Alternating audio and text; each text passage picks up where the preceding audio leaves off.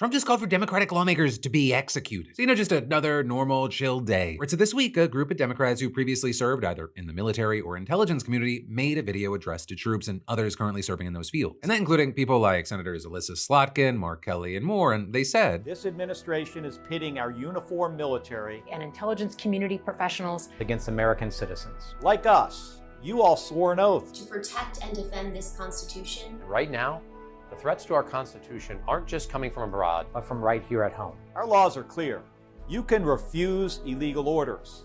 You can refuse illegal orders. You must refuse illegal orders. No one has to carry out orders that violate the law or our Constitution. And immediately, you had a lot of Republicans condemning this, right? Trying to claim that these lawmakers were calling for insurrection, saying they're openly trying to undermine our commander-in-chief and Secretary of War, as well as insulting service members. But then you had Trump ramping up those attacks today when he wrote, each one of these traitors to our country should be arrested and put on trial. This is really bad and dangerous to our country. Their words cannot be allowed to stand. Seditious behavior from traitors, lock them up. Seditious behavior punishable by death. And then also reposting a bunch of other attacks against those lawmakers, including one that said, hang them, George Washington would. And mind you, this is coming from a president and his supporters who say that it's actually his opponents that are inciting violence. And so among the things you saw, you had people like Governor Gavin Newsom writing, the president of the United States of America just called for the death of Democratic lawmakers, saying this man is sick in the head. And you also had Senator Chris Coons adding, the administration should never try to force our service members to carry out an illegal order. Calling for the execution of senators and Congress members for reminding our troops of that is chilling behavior. Every one of my Republican colleagues needs to swiftly condemn this. And you had Senator Chris Murphy also posting a video calling for people to fight back against this, to not normalize these incitements of violence. If you are a person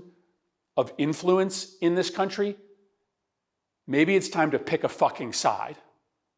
If you are a Republican in Congress, if you are a Republican governor, maybe it's time to draw a line in the sand. This is a very slippery slope that we are on. This is a moment for people to step up. Right, and then you also had the House Democratic leaders issuing a joint statement regarding the current safety of the lawmakers that were threatened, saying, we've been in contact with the House Sergeant at Arms and the United States Capitol Police to ensure the safety of these members and their families. Donald Trump must immediately delete these unhinged social media posts and recant his violent rhetoric before he gets someone killed. And with that, the Democrats in the video that Trump specifically threatened released a joint statement condemning him, saying, what's most telling is that the president considers it punishable by death for us to restate the law. Our service members should know that we have their backs as they fulfill their oath to the Constitution. Also, I gotta say, quick question to his supporters. Do you find it even a little bit odd that his response to the video was, I'm gonna kill you, instead of saying that he had no intentions of requesting illegal orders? Like, do any flags go up? Also with that, I'll say, unfortunately, if you look at his base, especially in his Truth Social replies, you have many there just agreeing with him and echoing those calls. And as far as responses from Republican leadership, you had Speaker Mike Johnson claiming Trump was simply just defining sedition, but then also pivoting blame back to the Democrats who made the video. I know the DOJ and the Pentagon are looking into the legality of all that, but what I can address is what everybody knows.